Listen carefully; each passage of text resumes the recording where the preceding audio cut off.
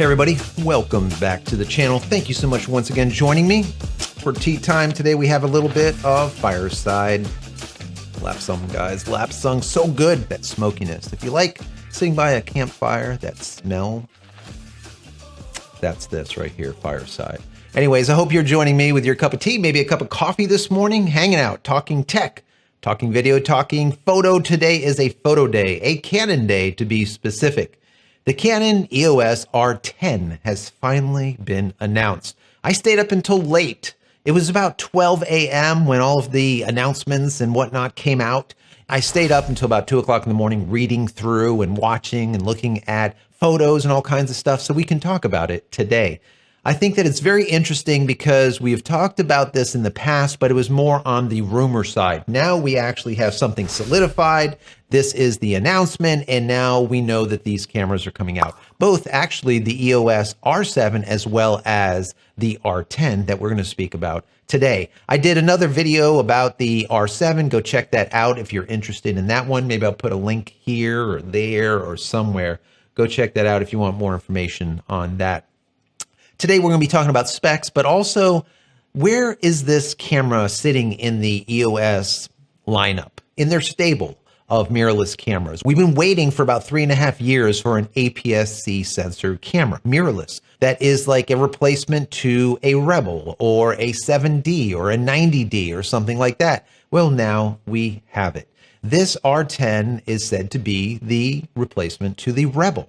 Now, Canon did not make the official announcement saying that the Rebel is dead, but the writing is on the wall. So we're going to go into some of the specs, and I know some people like the specs, some people don't, but it's very important when a new camera comes out, especially this, once again, after 3.5 years, what are the final specs on this thing? Is it good? Is it something that you might be interested in? And I want to know your thoughts on that. So let's dive right into it. The Canon EOS R10. It comes in with a brand new sensor. This sensor is a 24.2 megapixel APS-C CMOS sensor.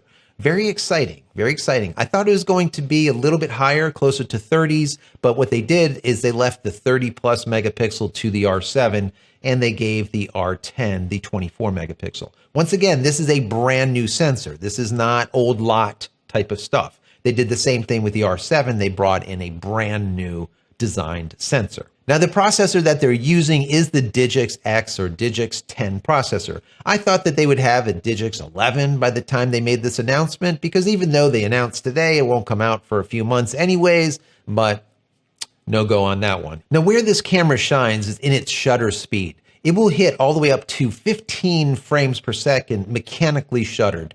Whereas if you went to the e-shutter or electronic shutter, it will go all the way up to 23 frames per second. This is fantastic if you are sports, wildlife, some type of active shooter. But remember, if you use an e-shutter, you're going to experience a lot of rolling shutter. Why? Well, the sensor, once again, is not a BSI sensor or a backside illuminated sensor. It is just a standard CMOS sensor. So you're going to have a lot more rolling shutter. So for me, I would never push this to 23 frames per second anyways, because if you don't know what rolling shutter looks like, basically just think about a baseball player hitting a ball, right? And with rolling shutter, if you were to take a lot of pictures, you would see the actual baseball bat bending. Or when they make contact with the ball will become elongated because it's traveling so fast. So if I'm a sports, wildlife, action type of shooter, chances are what I am actually taking photos of are moving pretty quickly, all right? Unless it's wildlife and they're just sitting still looking at you, then it's okay. But at that point, why do you need to shoot 23 frames per second? It doesn't matter, they're not moving anyways. So I just don't think that there's value in it when you have a sensor that is not backside illuminated and you will have rolling shutter. Now, it does give you dual pixel AF too, just like what we see in the R7, just like we see even with the R3, which is probably 3-4 times the cost. They actually brought in the exact same AF system from the R3 into this camera. Now, bear in mind, the R3 does have BSI sensor, so it's going to be quicker, it's going to be snappier, but the actual system is the exact same system. So they didn't neuter the camera or cripple the camera with its AF system. Thank God. Canon, you figured it out. Now, of course, it does do eye tracking and people tracking and animal tracking and vehicle tracking and UFO tracking. It tracks everything, all right, which we expect it to do.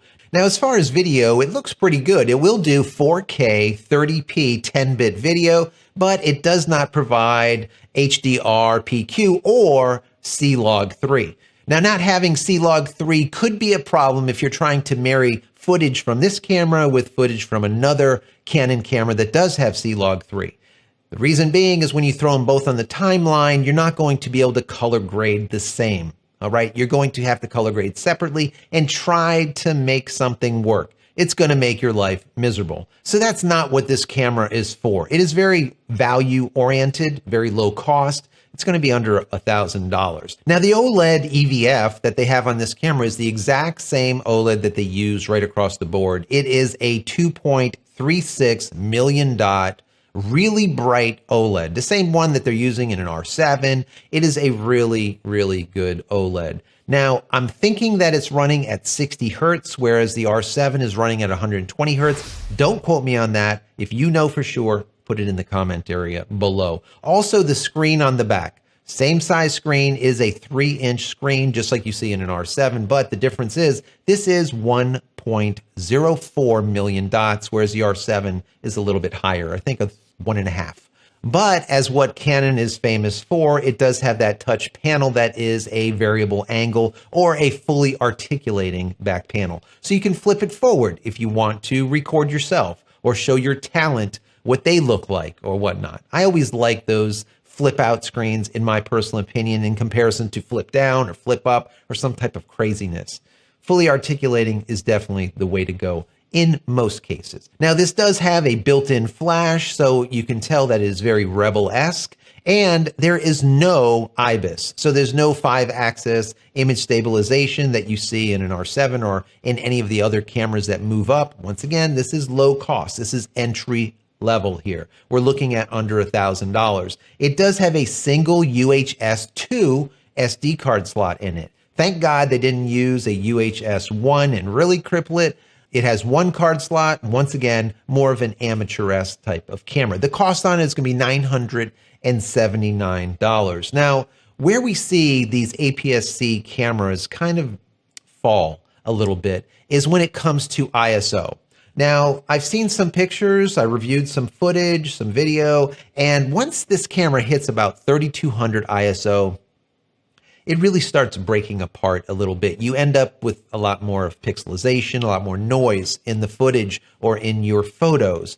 I think that we, as photographers now that have been using full frame, are kind of spoiled. Like, I can take a camera that is a full frame camera and literally shoot that thing at 6400 or 12,800 and still get some really good, clean images or video. Whereas with this camera, I would probably not push it more than, let's call it 2000 ISO, somewhere right around there. 3200 is really pushing it. I probably wouldn't do that. And if you did have to go that high, you would really need to play with it in post-production to be able to get some of that ugliness out of it. So once again, this is an APS-C sensor. What a lot of people like these cameras for, or an APS-C censored camera, is for, once again, that action, wildlife type of shooting, sports. Why? Because you get that extra reach and you don't lose megapixels in doing so. So this is a 24 megapixel, 24.2, whatever, megapixel camera. If you throw a 500 millimeter on it with a 1.6 crop factor in it, you're looking at like 800 millimeters, guys. So you could really reach, okay, without having to use a teleconverter or anything. So that's the reason a lot of people use these cameras. Also, high frame rate. 15 FPS is really sweet when it comes to motoring through images. Let's say you're at the track and you're capturing people coming by on a motorcycle or whatnot. There's absolutely a place for this camera. It is a value-based, entry-level type of camera, bringing people into the Canon lineup. My question, though, is, at $1,000, would you be better off buying a full frame camera that has a slower FPS rating to it? For example, I just picked up an EOS R for about $1,200 on sale. And yes, it only shoots about 7 frames per second in comparison to 15, but you have full frame, you have so much better ISO. There's a lot of things that I like about it in comparison to this. But once again, if you need that high frame rate, I think the EOS R10 as well as the EOS R7 that I just did a video about, once again, you can find that over here or down here, is probably the way to go. The thing that really had me baffled was they went with RFS lenses. And there's two of them that they're offering. The RFS lenses that they're offering, their kit lenses, are an 18 to 45 millimeter f 4.5 to 6.3 IS or image stabilized STM lens. That is about $299. They're also going to offer at the time of release another RFS lens, kit lens, that is an 18 to 150 millimeter. And that is an f 3.5 to f 5.6. Once again, IS or image stabilized STM lens at $479. So the question was, why did they go with RFS glass? Originally, I thought that they would end up going with just an RF mount on the thing, call it a day, and do the exact same thing that Sony does. They use the exact same mount for both APS-C as well as full frame. The glass is interchangeable. Here, they're actually making glass specifically for these APS-C cameras, just like they did in the past with DSLRs. Why? I want to know your thoughts. I might get into this in another video. But anyways, I want to know what you think. Is this a camera that you're interested in buying? It's $979. Is this a good price for you to get into the Canon ecosphere, right? Would you like to get onto the platform if you're not already a Canon shooter, number one? Also, number two, if you are a Canon shooter, would you be upgrading your Rebel to one of these? Or maybe an 80D or a 90D? Or a 7D, moving into an R7. One other question. If you have a Canon M series camera, would you move up to this camera in comparison to using an M50, M50 Mark II, an M whatever? In the comment area below, let's have this discussion. So anyways, guys, hope you enjoyed this. If you have, please throw the video a thumbs up. Don't forget to subscribe to the channel if you have not already, and click this little bell icon over here so when I go live or when a new video comes out, you will be notified of it immediately. And finally, head over to my website, JCristina.com, where you can find all the photography tools I've invented for you and me over the years, and hopefully there's something there that you might like. And if there is, please pick it up and support me and my family.